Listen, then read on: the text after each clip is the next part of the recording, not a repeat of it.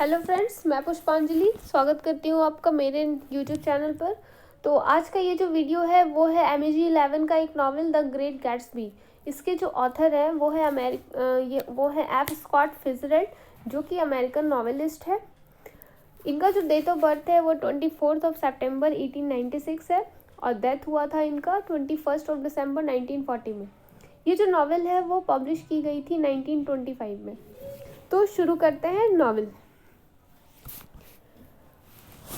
तो सबसे पहले कैरेक्टर को देखते हैं। इनमें फर्स्ट कैरेक्टर है निक कैरावे, जो कि पूरी स्टोरी का नरेटर है और साथ ही उसने कैरेक्टर का भी रोल प्ले किया है। और साथ ही इसका एक नेबर है जे गैट्सबी। निक कैरावे की एक कज़न है डेजी, जो कि बहुत ही ब्यूटीफुल वुमन है। उसकी एक लॉन्ग टाइम पुरानी फ्रेंड है जिसका नाम जॉर्डन है, जो कि एक प्रोफेशनल गोल्फ प्लेयर भी है। साथ ही उसका एक हस्बैंड है टॉम बुचानन, जो कि बहुत ही वेल्दी मैन है और यह निक का ब्रदर इन लॉ है। दूसरा कैरेक्टर यहाँ देखते हैं मिशेल विल्सन, जो कि एक अनफेथफुल वाइफ है और साथ ही टॉम ब्यूचनन की मिस्ट्रेस है, यानी कि लवर है। और इसके हस्बैंड का नाम है जॉर्ज विल्सन। ये चूँकि ये लोग शादीशुदा है फिर भी इनका किसी न किसी से अफेयर चल रहा होता है। ये जो जॉर्ज विल्सन है वो गैट्सबी का मर्डरर होता है। ये हम स्टोरी के एंड में देखते हैं कि वो इसका मर्डर क्यों और कैसे करता है। तो शुरू करते हैं। ये जो निक कैरावे है वो मिनेसोटा का रहने वाला होता है और ये फर्स्ट वर्ल्ड वॉर में फ़ाइट करके वेस्ट एग जा रहा होता है बॉन्ड के बिजनेस को सीखने के लिए। ठीक है, तो वेस्ट एग क्या है? यह एक छोटा सा आइलैंड है जो कि जलती हुई बत्ती के समान दिखता है और यह एक रेसिडेंशियल प्लेस है जहाँ पे अमीर लोग रहते हैं। ठीक है, उस शहर के बहुत ही अमीर, बहुत ही रिचेस्ट पीपल जो होते हैं ना, वो वहाँ पर उनकी एक सोसाइटी है। तो उन्हीं लोगों के बीच वो एक घर रेंट पर लेता है और वहाँ पर रहने लगता है। तो ये जो स्टोरी है 3 पैराग्राफ में मैं बोलूँगी। ठीक है, तीनों पैराग्राफ के हिसाब से कैरेक्टर्स याद रखना ताकि स्टोरी को समझने में प्रॉब्लम ना हो। और ये स्टोरी बहुत ही सिंपल है, तो बहुत ही ईजी है। तो स्टार्ट करते हैं। ये जो निक है, ये निक, डेजी और टॉम, ये 3 कैरेक्टर फर्स्ट पैराग्राफ में, ये 3 कैरेक्टर डिनर के लिए जा रहे होते हैं।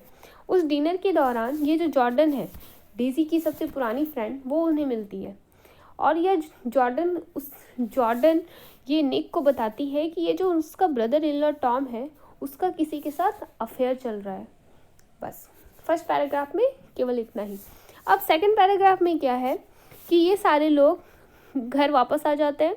ये निक जब अपने घर वापस आता है तो वो क्या देखता है कि उसके पड़ोस में एक गैट्सबी नाम का एक बंदा रहने आया है, जो कि बहुत ही रिच है और बहुत ही स्ट्रेंज पर्सनालिटी का है। वो देखने में बहुत ही लोगों से हटकर और काफ़ी अमीर पर्सनालिटी का लगता है और वह लोगों से सुना होता है कि यह बहुत ही बड़ी बड़ी पार्टियां थ्रो करता है, मतलब बहुत ही ज़्यादा रिच है। तो वह उसे नोटिस करता है। तो एक दिन क्या होता है कि ये जो गैट्सबी है वह 100 लोगों की एक बड़ी सी पार्टी थ्रो करता है। उस पार्टी में वह डेजी, टॉम, जॉर्डन, इन लोगों को बुलाता है। ठीक है, तो उसी पार्टी में ये जो मिशेल है वो बहुत ही ज़्यादा शराब पी लेती है और आ जाती है।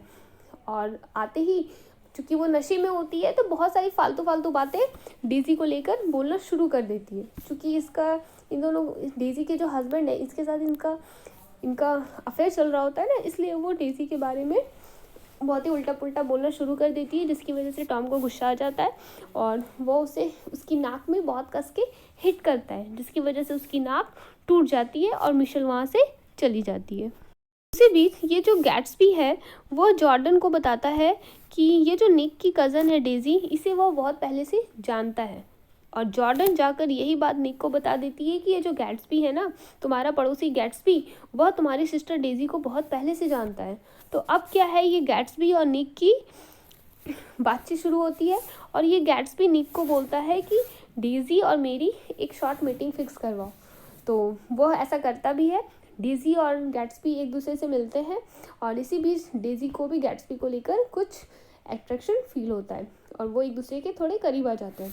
तो अब क्या है, डेजी एक दिन लंच पार्टी रखती है। यहाँ से थर्ड पैराग्राफ शुरू होता है।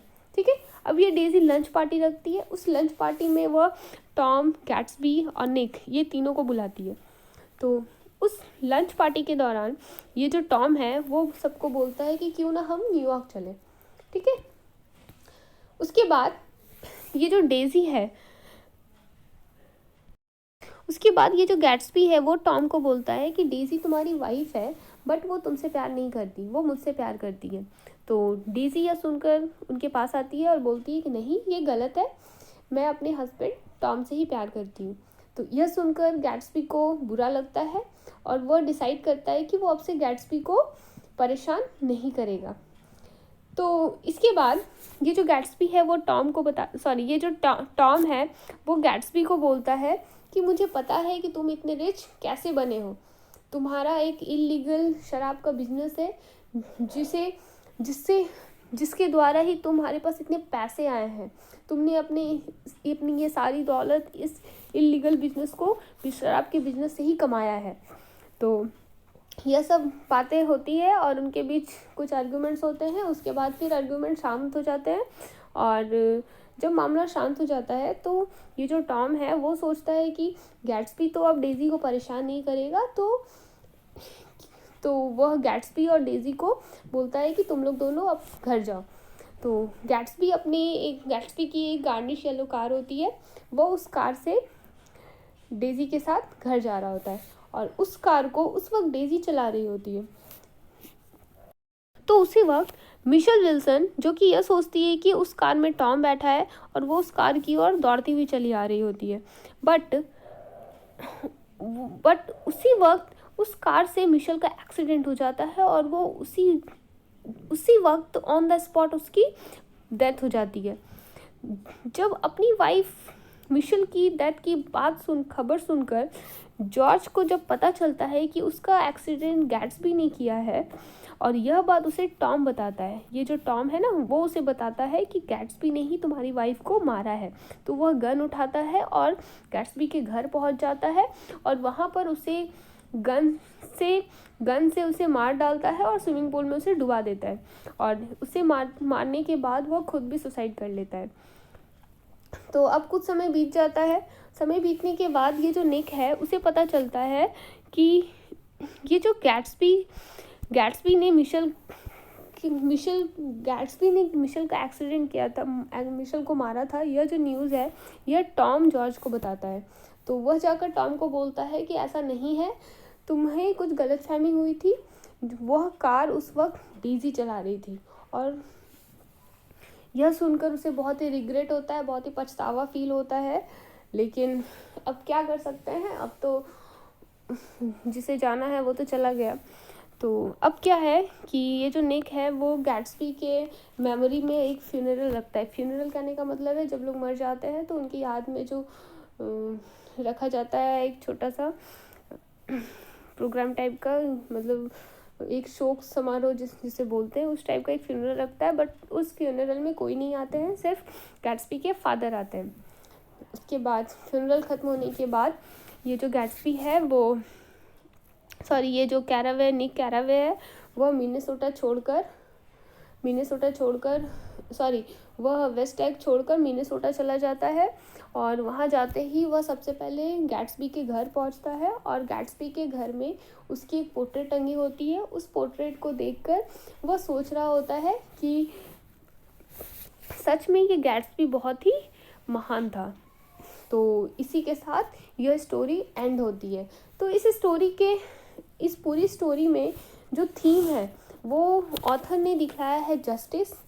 पूरी स्टोरी का जो थीम है वो है जस्टिस, पावर पैसे का पावर, ग्रीड मतलब लालच, बिट्रियल तो पूरा भरा ही पड़ा है, शादीशुदा होने के बावजूद भी सब में एक दूसरे में अफेयर्स चल रहे थे, और अमेरिकन ड्रीम को दिखाया गया है।